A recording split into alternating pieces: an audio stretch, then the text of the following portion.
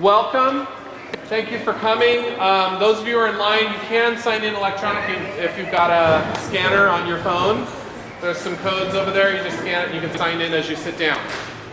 So the code is also on the door as you walk in, right on the door. So if you don't want to sit and wait in line to sign in, you go ahead and scan that. And they're all the same, so you can sign in multiple places. So let me just make sure this is up. Welcome to our Mustang Community Update. I apologize that we rescheduled this one. We did that because we needed to have a little bit more of a response on our scheduling survey that we put out there. So I appreciate all of those of you who went on there and took that survey, and we'll talk about that a little bit later. First, I want to acknowledge the presence of our superintendent. Dr. Nicholas is in the back. Wave your hand back there. Thank you for coming. And you know, we're having a great time at the district office. Dr. Nicholas comes in very often to kind of provide direction, and he sits in his happy chair, and we talk about all the things that are going to be as we develop this high school. We're very excited about it.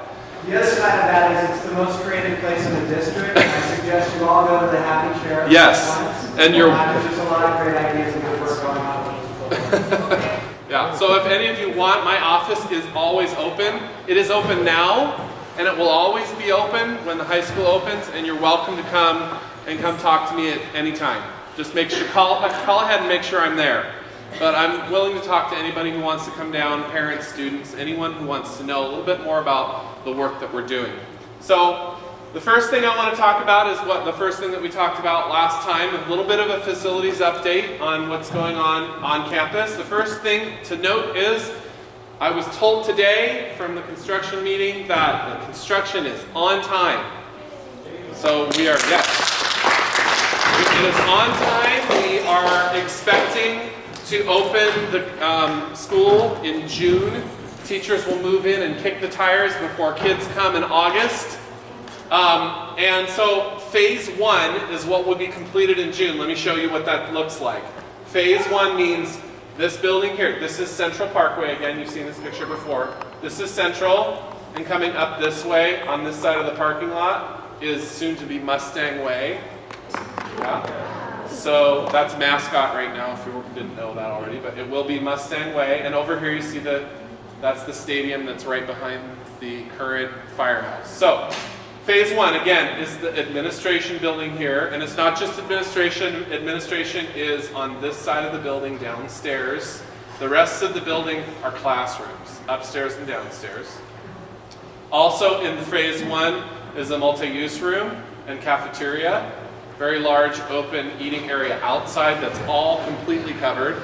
There is no outside eating that is not covered unless children decide they want to eat here. And very large indoor eating area as well, cafeteria area. And phase 1 also includes the gym, which is a whole lot of different things. This is the large gym. It holds up to 2,100 people at a time. It's massive. It's got a great sound system in it. We made sure of that. There's also, on the back of it, there's a small gym over here, which is usually called the wrestling gym. There's also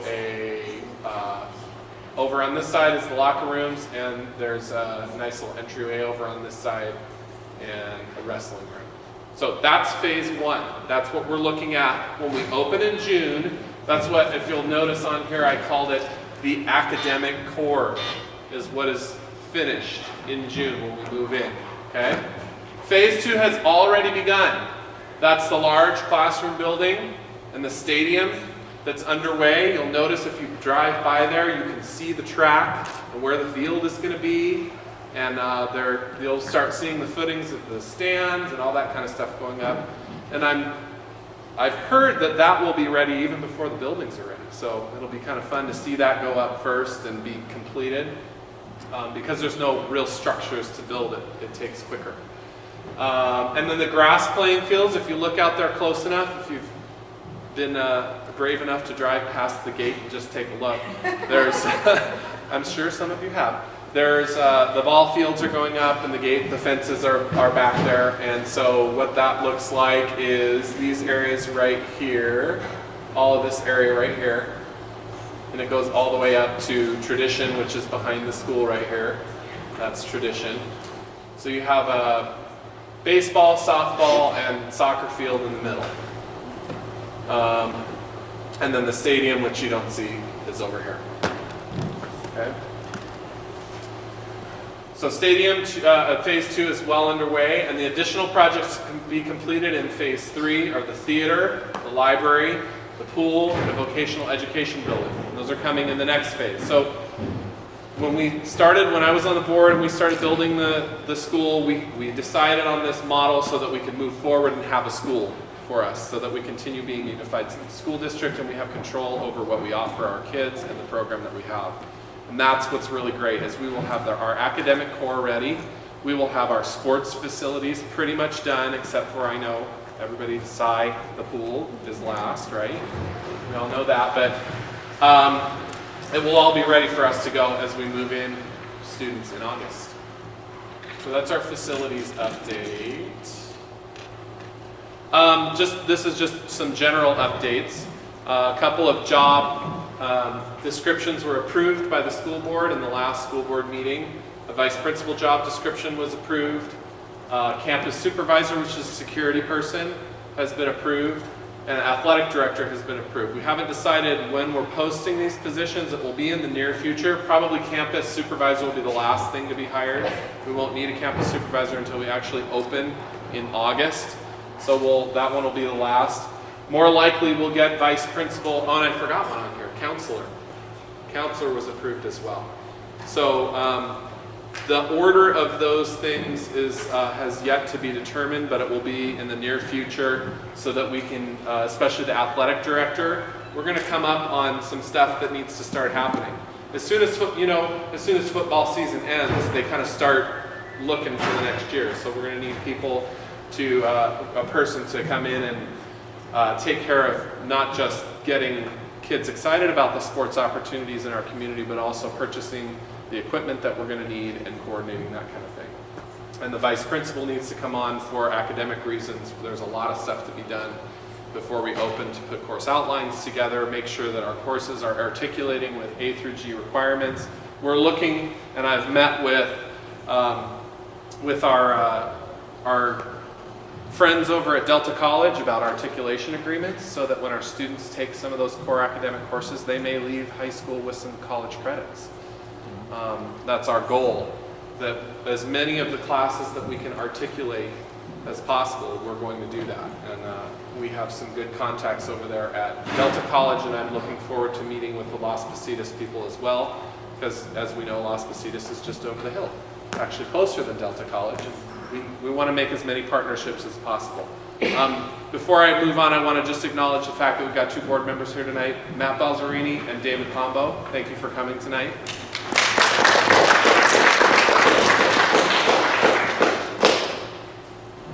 Okay, we're also developing the Mountain House High School mission and vision, and what we're doing is we're working very closely with the superintendent and under the direction of the Board of Trustees to move forward on developing a mission and vision consistent with the district's strategic plan. And I won't go into strategic plan tonight, it's been talked about a lot, but what's up here is basically consistent with the strategic plan. A focus on 21st century learning skills. And when I say that, that's a new buzzword that's going around. You hear it a lot, but if you think of the 4 C's under that: critical thinking, communication, collaboration, creativity, that's what we're building our program on. It's built on the pillars in the strategic plan of student achievement, school culture and leadership, physical strength, and parent-community connections. The last one, to me, is one of the most important, being a parent in this community.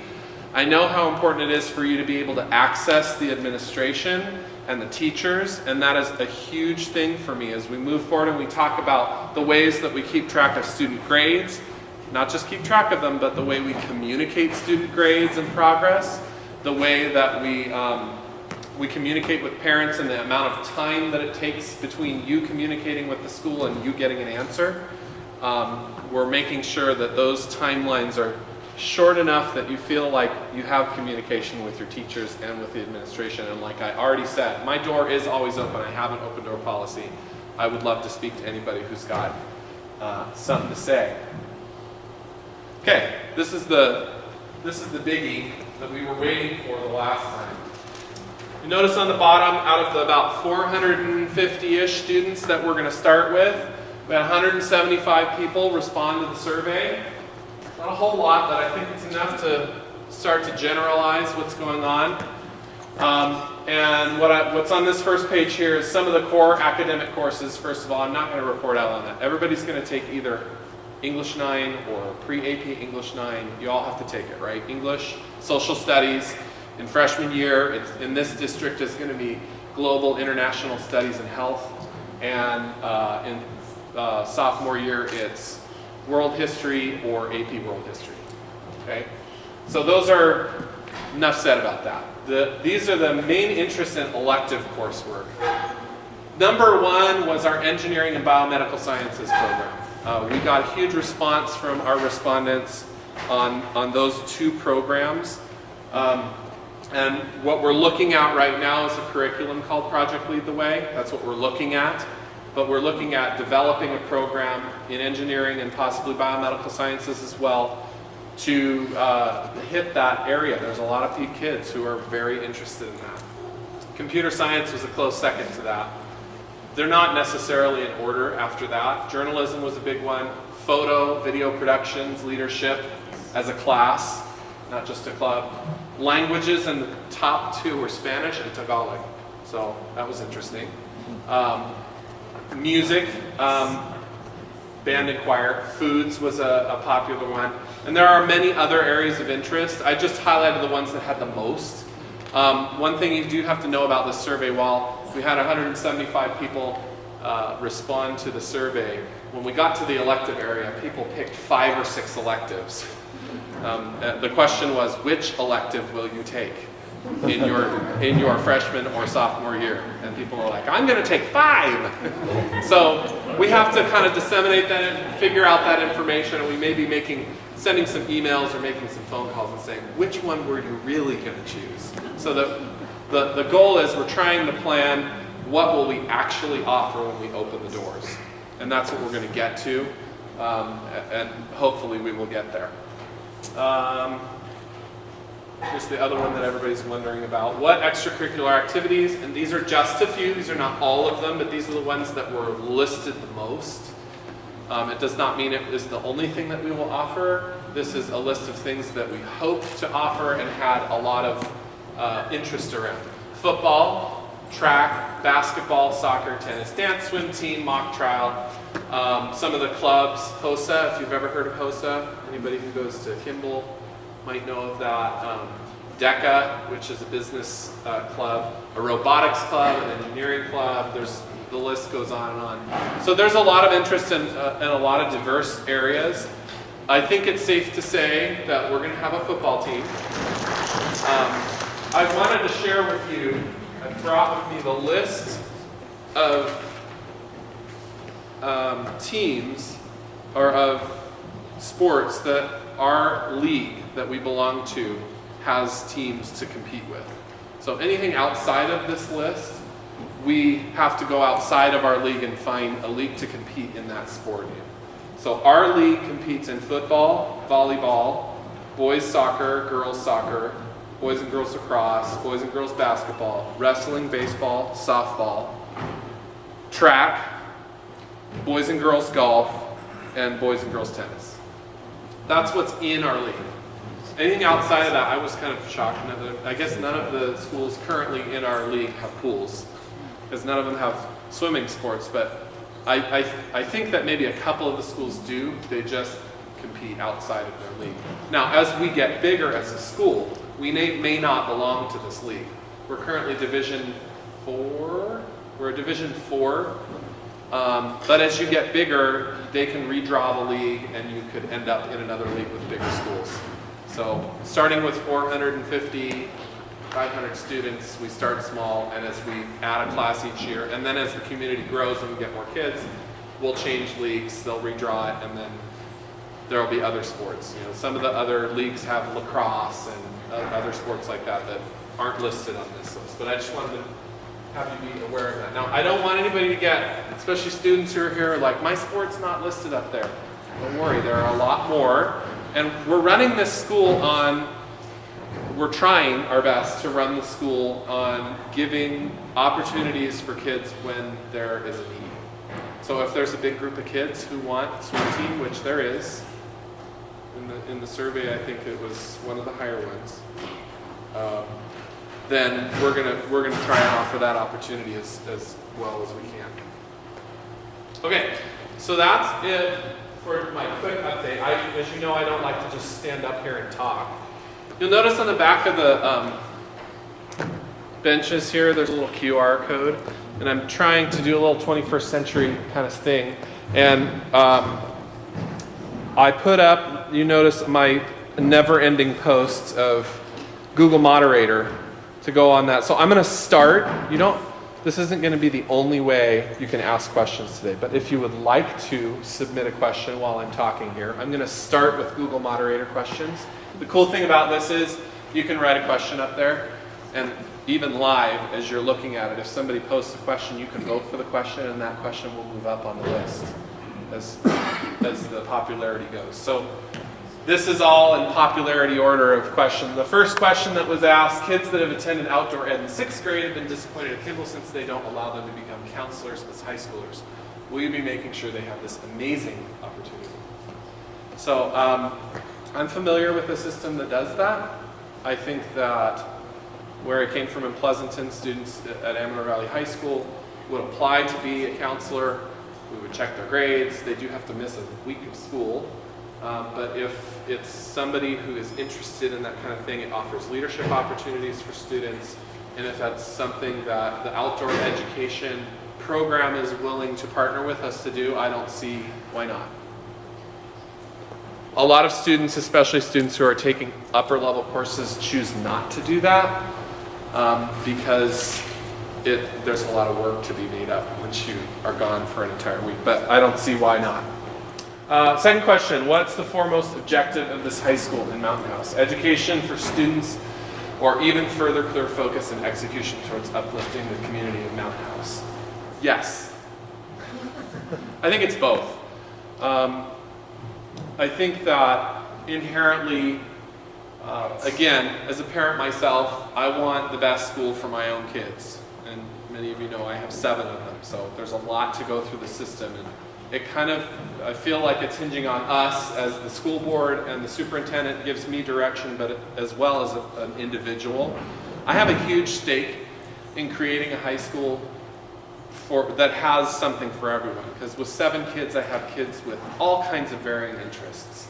And we need to make sure that there's something for everybody. It's not just the academic high school where only kids who are super high academic are going to succeed.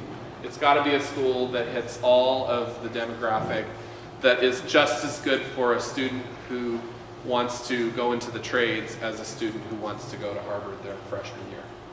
So, and as a result, I think that really the schools in this community sell the houses. We don't have anything else. I've said that before. We have a great educational system here, and because of that, we're uplifting the community, and the high school is a hub. It's going to be, once the town is all built out, it'll be almost in the center of town. We'll have facilities, having a stadium and fields, and a theater in the future, and hopefully a pool sometime that will definitely be uplifting the community of Mountain House. How do you get involved with fundraising efforts? That's going to start soon. Where are we here? That's going to start soon. I think that you're going to hear more and more information about a foundation that you may be able to help raise money for. I'm pretty sure that as soon as we actually get boots on the ground and we start recruiting kids for sports, that there's going to be a parent organization that will support sports, because as you know, sports cost a lot of money. Transportation to the events costs a lot of money. So there's going to be opportunities to participate in that. And we're already, there's some word going around here. I think that if you are interested in helping with that, contacting me is a really good way to do that, because then I can connect all the people who are talking in the community who want to help out with that. So I'm thinking a foundation, something that supports sports and something that supports the arts, and then possibly something that supports technology and or engineering or something like that. There will be, I'm sure, plenty of organizations. And then the clubs and organizations that will run on campus will have plenty of opportunities. We have a wealth of knowledge in this community. I know that, I'm sorry, I forgot your name. Ravi? This gentleman over here works for Kaiser Permanente, just brought up that they have a matching funds program. And you know, there are opportunities for you in the community to pool your funds and then have a person whose business or whose company has a matching funds thing, put it all into there, and then that company is going to match funds. So orange shirt right here, you want to talk to him afterwards. So there's all kinds of opportunities for you to help raise funds for the school. Looking forward to learning about the outside the box approach to the curriculum. Exciting time for Mountain House. Regular updates we can publish in the paper. Thank you, Mountain House Matters. Not really a question. Yeah. So I think I've said it before, but I'll go. That's what kind of is the fun thing about my job right now. Just dreaming up the ways that we can change the paradigm in education. I think that we're all used to, most of us adults, all of us adults, went to school in a system where you sat in straight rows and you looked at the teacher while they stood up in front of the room and presented the information and you took notes, and then you went home and you did your homework. You know, the educational paradigm with Common Core standards and 21st century learning skills, many of you know, when especially engineers, doctors, attorneys, lawyers, they go to work and they're talking with people all the time. They're interacting with one another. They've done that information gathering on their own. And in our day and age, information is already available to the kids at their fingertips. Teachers are no longer the experts. The kids can find the experts. They're really good, and we need to be really good at teaching them to find the right information on the internet and in other places that gives them the correct information. And then our teacher's job is to come in and apply that learning in the classroom. For many teachers and for the way the education system is going, it looks like a blended and a flipped approach. And a blended approach looks like offering a lot of the content that teachers have in an online format. And a flipped approach looks like, instead of going home and doing 50 questions, homework is the kid going home and watching the lecture that the teacher has taped for them, which is a passive learning kind of thing. Kids don't need to sit in the classroom and be passive. So they get a little bit of the information at home for homework, and when they come to school, they're ready with that information to apply what they've learned in a way in the classroom that's collaborative. So they're working together in groups, or they could be working on their own to use what they gathered from the night before to apply that information. And so a classroom is going to look a lot different than it used to. And you know, the furniture is going to reflect that. The way that the teacher presents lessons is going to reflect that. And so I think that when we open, and if you want to see what a classroom looks like, that you'll see that it's going to be very different. There are going to be opportunities for kids who are creating content on all kinds of different media devices to create something and throw their presentation up onto a board that they can do wirelessly. So it's going to be things like that. It's going to be very different. It's going to be different from what you and I have been used to in the past. And I'm excited about that because this is how our kids learn now. They no longer, we used to sit around and somebody would say a word and we go, I wonder what that means. Nowadays somebody says a word and the kid goes, I wonder what that means. Okay, I know now. We don't need to slow the days of stop and wait for me to teach you are over. And the days of go ahead, discover it, and I will be the facilitator in this classroom. That's what our experts need to do. Okay. A question. So if you have kids who's really introverted or doesn't really like that approach, how will they be encouraged or how would the teacher make them adapt? So I think that I'm not saying that every single activity students will do are going to be collaborating with other students. I think there's going to be a good deal of individual work where they're working with something. But that's part of how our teachers are going to have to teach. They're going to have to take the kids who are introverted and say, look, there's something you're good at. There's something you can add to this team. And that's where, in a traditional classroom, teachers kind of say group work go, and then they sit behind their desk. This is a facilitative model where a teacher's getting up, and when they see a student in a group that maybe isn't being integrated as well, and maybe isn't offering up as much as they can, working with that group and asking people to share. So it's definitely going to be different for teachers to manage a classroom like that. It's a different paradigm. Something like this is actually really good for an introvert. I can Yeah. take my question here and not have to raise my hand. Exactly. So, and that's what I'm trying to model, what I hope our teachers will be using. So for example, in a classroom, when they've discussed a concept or they've gone home and they've watched the video, they come back and the first thing they do when they sit down is, I want you to write one question or one aha that you had last night on the moderator. And then they go on and people see it live and they're able to comment on another student's thing and they're collaborating. That is collaboration in real time. And they're not having to speak out or, there are a lot of different ways to collaborate. It's not necessarily always get in a group and work with your group to do this project. Especially since a lot of times kids get in a group project and the smart kid does all the work. And the rest of the kids are sitting around talking.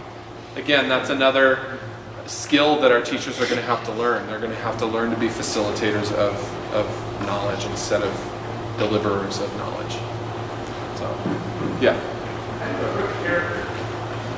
Like integrity, honesty, I view the engineer approach. Right. That you develop that. I believe in intentionally teaching character traits to students. Notice that most of the schools we have the character counts curriculum. And I think it's something that all of our elementary schools have adopted, and I don't have a problem moving forward with the traits that they've chosen.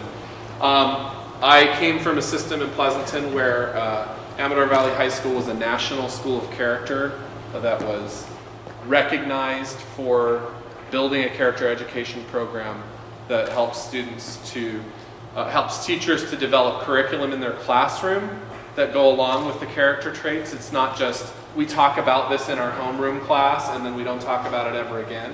Writing assignments go along with it, science assignments, history and social studies assignments. When you're talking about problems of the modern world, you can talk about how this horrible thing is happening across the world. How do we be caring all the way in the United States? And that can be another collaborative project, have the kids go home and watch this short news clip about what's going on in wherever it is in the world. When they come the next morning, you do a Google moderator that says, tell me something that you thought about. And then go into why don't you turn to your 3 people next to you and tell me, how can you become caring towards these people halfway across the world? And that's your, international global studies class. You're doing something like that. So I believe in integrating it into the curriculum, not making it another piece, another curriculum. No. So I want to get to a couple more of these and then we'll go to hands. Partnerships with community colleges like Delta and Las Positas we're working on. I met with Delta College this week with the articulation officer who actually happens to be the state expert on articulation with community colleges, which means as we develop our course outlines, we have an opportunity to work together with faculty at Delta College to develop the course outlines in a way that make them acceptable courses at the community college level, and kids can apply when they finish the year to get, they call it credit by exam, but it's really they've taken the class that's articulated, and at the end of the class, if they get a certain grade in the class, they not only get the credit for high school, but they get college units. So when they graduate, they could get up to a year, and if they're superstars, they could work towards getting an AA before they leave. And then when I spoke with the articulation officer, she said, well, it's not common for that to happen. It could, and if they do, those kids leave high school as juniors in college. they start their major coursework because they don't need to do any of the undergraduate stuff anymore, all the generals. So it's possible, and if not getting an AA, you can at least get a couple of credits here and there. And then when you're leaving and you're applying for UC and CSU or private schools, you can say, I've already taken college courses. Let me just get a couple more of these. Sort of professional development.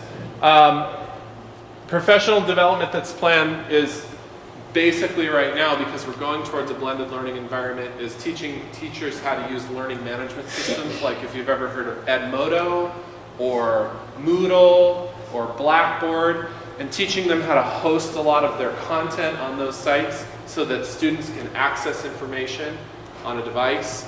So offering professional development for that, in addition to offering professional development on becoming a 21st century teacher, because we're going to be expecting our teachers to teach in this way. We're opening our school with Common Core standards being implemented. A lot of other schools are working towards that, and they can do that. But we have to submit our course outlines that are consistent with the Common Core standards right away, so we have an opportunity to do that. Yes? So I'm presuming that's a question. Okay. And so that sounds like a lot of focus on having the staff comfortable with technology. Right. But giving a teacher, I don't know, document camera or a smart board doesn't make a bad teacher a good teacher. I agree. And so just like a good teacher would be able to teach without an overhead or really anything. So I guess for continuous improvement in terms of creating a culture where teachers are encouraged to improve their teaching methods and not just learn how to convert their overheads into a PowerPoint. I agree.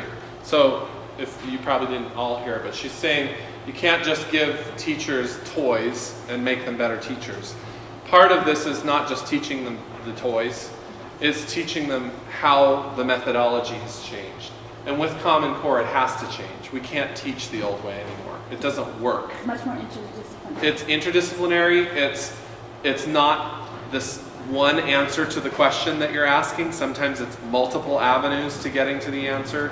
It's getting kids to discuss what their thoughts are, not just discuss what their thoughts are, but having them able to write their thoughts down on paper. Here's my example. I've said it before. I'm sorry if you've heard it before. I know Kirk's heard it probably 50 times. We did the pilot at Moore Elementary School, where I was last year, of the new assessment.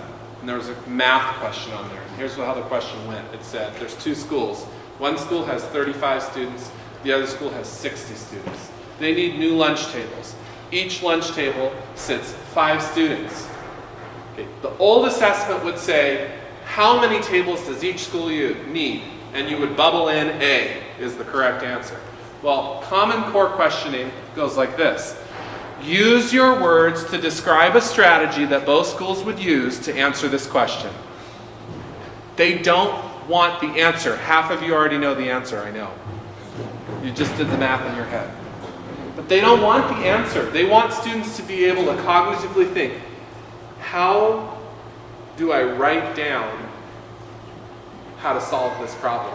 Not the answer to the problem. How do I write down? Half the kids are going to be able to write down how they got it, and then they're going to write the answer too, because they just can't do it without solving the question. But that's the kind of thinking that teachers have to do in the classroom. They can't anymore stand up there and just drill and kill.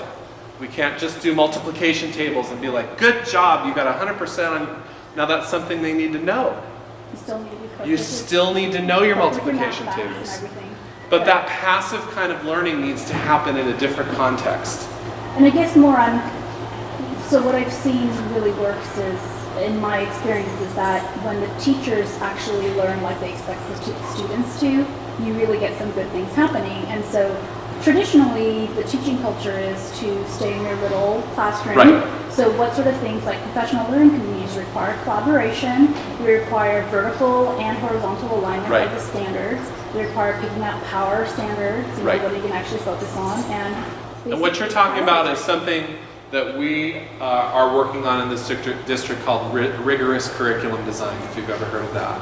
It's creating units of study around a power standard of main standards and making sure that we hit the ancillary standards within the unit and make sure that it goes over all disciplines. And our teachers can be held accountable by having data teams and they Yes. get common assessments and you compare data. and Did you talk to Dr. Nicholas? Because I'm Christina and I'm a person who's worked in the education Yes. field.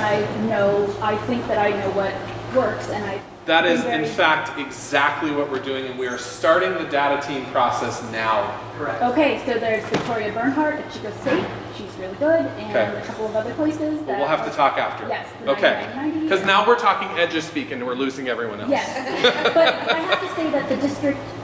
So I have two kids that are elementary age, and I've been sorely disappointed in some of the lack of knowledge that I've seen so far in the elementary, which is why I'm here at the high school, because I really think that the high school does it, it will trickle down. She must be in our meetings. So you are exactly right. So Okay. that's what's happening. We can talk. That's what's happening. I mean, what we're doing is we're building a curriculum that hopefully trickles down through. I agree. I think that again, my kids go in the system, Yes. and sometimes I just plug my ears and close my eyes and think, my kids will make it. Because most of our kids do, right? I mean, they'll make it through. There's a better way sometimes, but ultimately, our teachers are doing a good job, Yeah. I'm not saying they don't work hard. but They work what really needs to hard. happen is professional development so Yeah. that we make it even better. And as a learning organization, we need to continue to learn. Yes. Okay, we'll talk later.